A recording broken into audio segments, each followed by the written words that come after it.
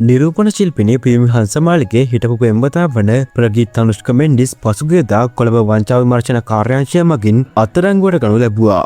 පසුව ඔහු අධිකරණයට ඉදිරිපත් කිරීමෙන් පසුව ඇපමත නිදහස් වූ අතර සිද්ධිය සම්බන්ධයෙන් පියුමි මෙවැනි සටහනක් සිය සමාජ මාධ්‍යගනිමෙන් පළ කර තිබුණා.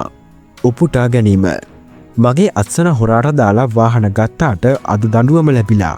මාත් එක්ක ඉන්නකල් මට චීට් කරා. මගේ සල්ලි වංචා කරා. මගෙන් අයින් වෙලා ගිහිල්ලත් මට වංචා කරාට අද දඬුවම ලැබුණා. දැන්වත් බොරු කියන එකයි වංචා කරන එකයි නතර කරන්න.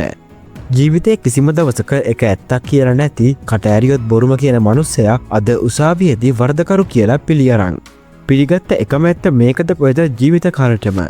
Hi Mr. Pragit, it's me Piyumi Hansamali. කොටුව මහේස්ත්‍රාත් අධිකරණය. අද දවසේ වංචා විමර්ශන කාර්යාංශයට ඉදිරිපත් වෙලා ප්‍රකාශයක් ලබා දීමෙන් පසුව අත්අඩංගුවටගෙන කොටුව මහේස්ත්‍රාත් අධිකරණයට ඉදිරිපත් කළා. ෆයිනෑන්ස් සමාගමට පියුමි හංසමාලිගේ අත්සන හොරාත්සන් යොදලා ඇපබැඳුම් කරයක් බාර දීලා ෆයිනෑන්ස් පහසුකමක් ලබා ගැනීම සම්බන්ධයෙන් වරද පිළිගන්නා බවට ප්‍රගීත් තනුෂ්ක වෙනුවෙන් ඉදිරිපත් වුණ නීතිඥවරයා ප්‍රකාශ කළා. එය සටහන් කළ මහේස්ත්‍රාත්තුමා එකී වරද පිළිගැනීම සහ ඇප ලබා දීමට තීරණය කළා. ලක්ෂ 100ක ශරීර ඇපයක් මත ඇප දුන්නා. ඇපකරු පදිංචිය ග්‍රාම සේවා සහතිකයක් මගින් තහවුරු කළ යුතුයි. 2026 මාර්තු මාස 24 වන දින 12:30ට නඩුවක් ඇඳවනවා චෝදනා පත්‍රය ගොනු කිරීමට. උපුටා ගැනීම අවසන්.